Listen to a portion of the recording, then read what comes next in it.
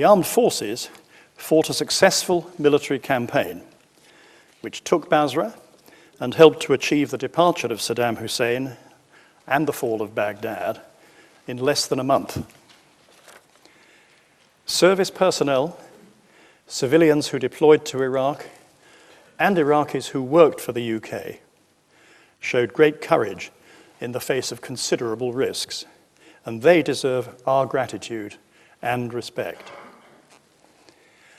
More than 200 British citizens died as a result of the conflict in Iraq.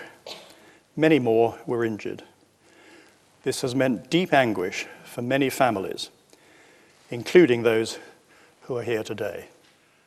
After the invasion, the UK and the US became joint occupying powers.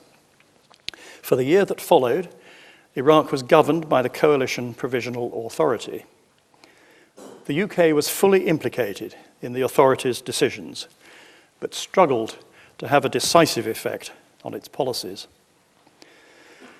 The government's preparations failed to take account of the magnitude of the task of stabilizing, administering, and reconstructing Iraq, and of the responsibilities which were likely to fall to the UK.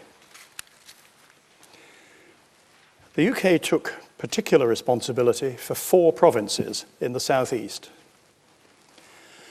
It did so without a formal ministerial decision and without ensuring that it had the necessary military and civilian capabilities to discharge its obligations, including, crucially, to provide security. The scale of the UK effort in post-conflict Iraq never matched the scale of the challenge. Whitehall departments and their ministers failed to put collective weight behind the task. The security situation in both Baghdad and the southeast began to deteriorate soon after the invasion. We have found that the Ministry of Defence was slow in responding to the threat from improvised explosive devices, and that delays in providing adequate medium-weight protected patrol vehicles should not have been tolerated. It is not clear which person or department within the Ministry of Defence was responsible for identifying and articulating such capability gaps, but it should have been. From 2006, the UK military was conducting 2 enduring campaigns in Iraq and Afghanistan. It did not have sufficient resources to do so. Decisions on resources for Iraq were affected by the demands of the operation in Afghanistan. We have sought to set out the government's actions on Iraq fully and impartially. The evidence is there for all to see. It is an account of an intervention which went badly wrong, with consequences to this day.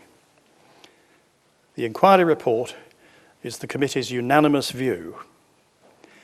Military action in Iraq might have been necessary at some point, but in March 2003, there was no imminent threat from Saddam Hussein.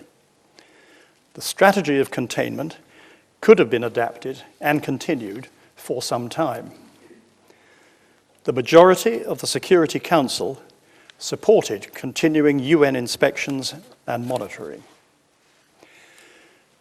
Military intervention elsewhere may be required in the future. A vital purpose of the inquiry is to identify what lessons should be learned from experience in Iraq. The UK's relationship with the US has proved strong enough over time to bear the weight of honest disagreement. It does not require unconditional support where our interests or judgments differ. The lessons also include the importance of collective ministerial discussion, which encourages frank and informed debate and challenge.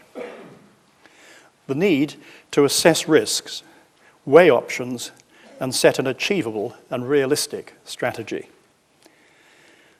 The vital role of ministerial leadership and coordination of action across government, supported by senior officials. The need to ensure that both the civilian and military arms of government are properly equipped for their tasks.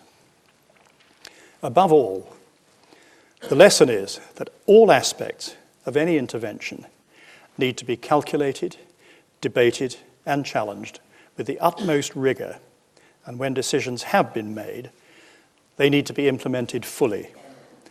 Sadly, neither was the case in relation to the UK government's actions